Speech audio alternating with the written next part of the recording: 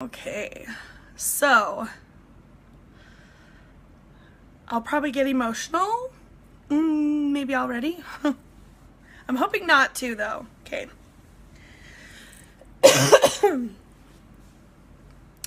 Oh no. Oh, okay. Okay. Hi. Okay, so when I got to the retreat, the Haven retreat, the first thing we did, well, one of the first things we did is they separated us in our little groups, and that was my group for the week. And oh, it's crazy bright. Okay, I'm gonna flip it around.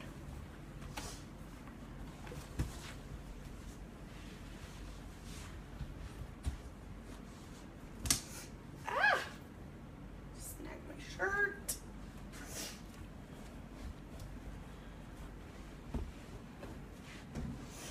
I wondered if it would be too bright.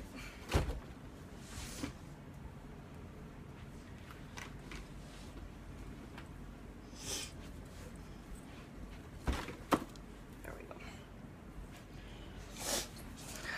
Is that better? Yeah? Okay, that looks better for me anyway. Hi, Shelda! Hi! Oh my gosh, it makes me so happy you're here. Okay, is that better? So, okay. Thanks, Carl. So, one of the first things they did is they separated us in our groups, and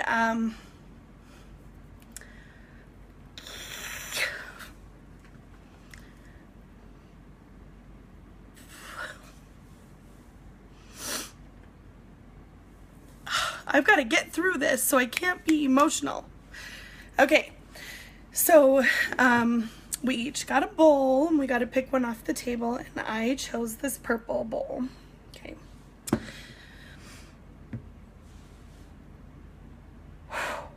Sorry. And then we all took turns breaking our bowl. Okay. So I'm going to read to you just a teeny bit. Don't leave. It's not a lot. Okay.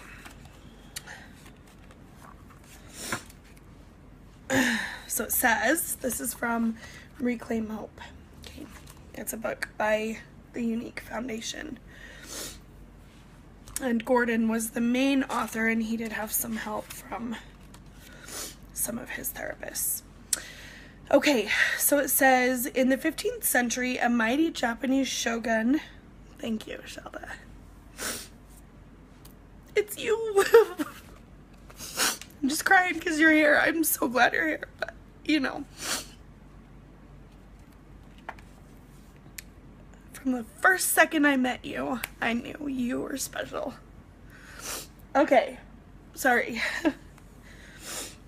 All right.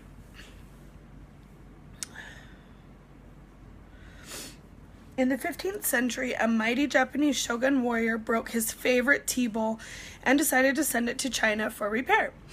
Instead of returning as the lovely bowl he had known, it returned with ugly metal staples. It was unusable, but the shogun was disappointed. Oh, it was usable, but the shogun was disappointed. He asked a Japanese craftsman to come up with a more beautiful solution, one that would add to the beauty of the tea bowl.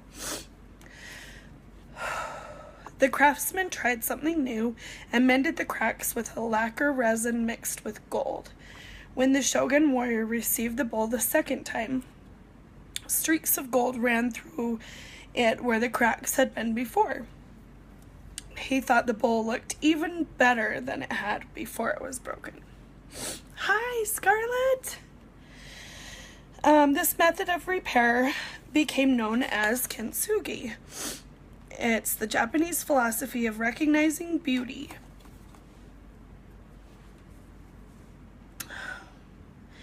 In broken things. Kintsugi speaks of breakage and repair becoming part of the history of an object, rather than something to disguise or hide. When you look at your life, you may notice places that are broken. Many of these broken pieces are the result of someone else's actions and are not your fault. Just as the shogun's tea bowl became more beautiful and valued through repair, your healing will only enhance your inherent value. Sorry. Okay, so I want to share this with you, like, not because I get anything from it. I get nothing from it. But I feel and I've felt like super compelled to just talk about it. Okay. So we went and we broke our bowl. And then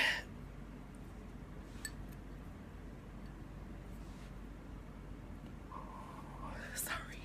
I'm trying to do this. Without crying, but shoot, you know me. Okay, so here's my bowl, and I fixed it with gold resin.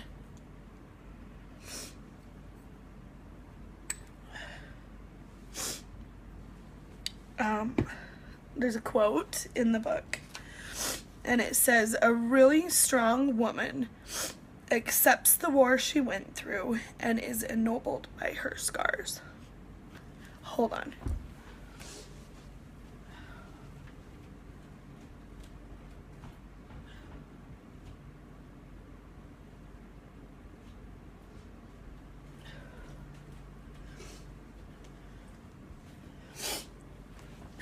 Okay, sorry. How many times have you felt broken by whatever it is? Mine happened to be physical abuse and sexual abuse and maybe neglect, the loss of people. That's what broke me. Those are my scars. But rather than being a broken bowl or looking at like the imperfectness, why not be ennobled or honored, exalted, elevated, raised? Why not be ennobled by the scars? Why not look at this as, yes, it has a past, but this has more value now, even though something bad happened, you know? So something that happened, which is so funny, it was probably, I want to say like the second or third day, and it was in the morning, and I hugged one of the ladies that I met. And you know, like how you hug people and, "Hi, how are you?" You know, I expected her to be like, "Good," and move on. But like, I hugged her, and she like really hugged me back, okay? And then I said, "How are you?" And she like pulled away from our hug, and she looked at me for like a long time. And it was probably like 5 seconds, but for me it's like you know, too much. But she looked at me, and like she really looked at me, and she told me how her day was. And it hit me, like, I'm so used to, I want people to be happy. I want everyone to know I love them or like them or whatever. So it's common for me to say, you know, "Good morning, how are you? La la la," and then move on my way. But I think part of that was a coping mechanism. People would always say, like, "Why are you sad? You have nothing to be sad about. Just be happy. Choose to be happy." And I think part of what happened to me is I learned to just kind of get along. I learned to move through life and be successful and hardworking, but I lost a piece of me. I lost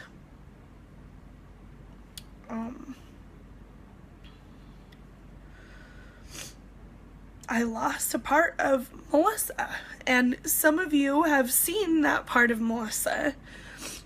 Michelle, for sure.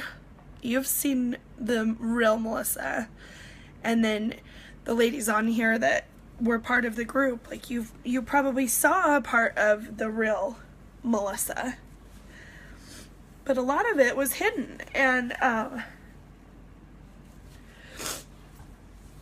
sometimes what happens is children are abused and they don't have anybody to talk to.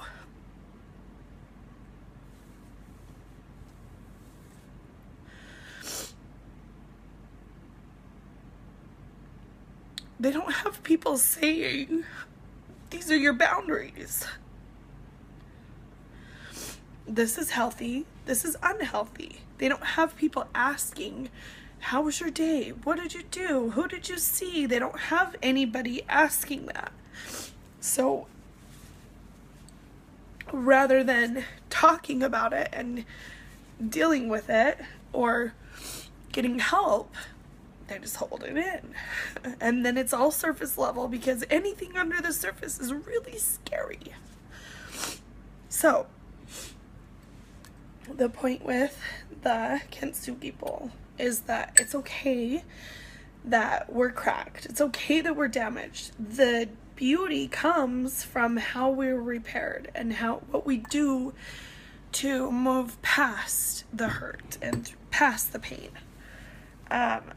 And I would just challenge everybody to, if you're a mom or a dad or a guardian, you have to talk to your kids. I know it's scary. I talk to mine all the time and they're probably like, you're really weird. Okay, I am. But like, you have to talk to them. You have to ask them the uncomfortable questions. You have to be in their face, asking them questions and talking to them about boundaries and what could happen. Certainly you don't want it to happen, but what could happen, because we are the ones who are going to make it stop being 1 in 4 children being abused. We are the ones. We have to be the ones to make that number different. We have to, because the kids don't get it. They don't get it. They don't know what to look for. We have to teach them that. Okay? I think that's all I wanted to say. I just want to read just really quick the last sentence again. Okay. I'm just going to hold it up. So, when you look at your life, you may notice places that are broken. Many of these broken pieces are the result of someone else's actions and are not your fault. Just as the Shogun's tea bowl became more beautiful and valued through repair, your healing will only enhance your inherent value. Okay. So, I want to say thank you for being my friend and for walking this walk with me.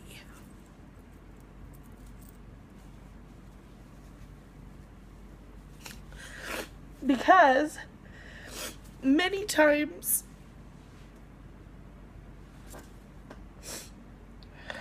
I don't see the beauty in myself.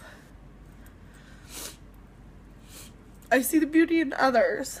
I for sure do, and that's a gift that I've been given, is to see how amazing people are. But I don't see it in myself, and a lot of you have given me that gift of realizing that I'm an okay person. So that's Kintsugi. I hope it makes sense. I hope that I helped you to know what your role is, and if you are a woman who has suffered childhood sexual abuse before the age of 18. That through this, we can take the broken pieces and we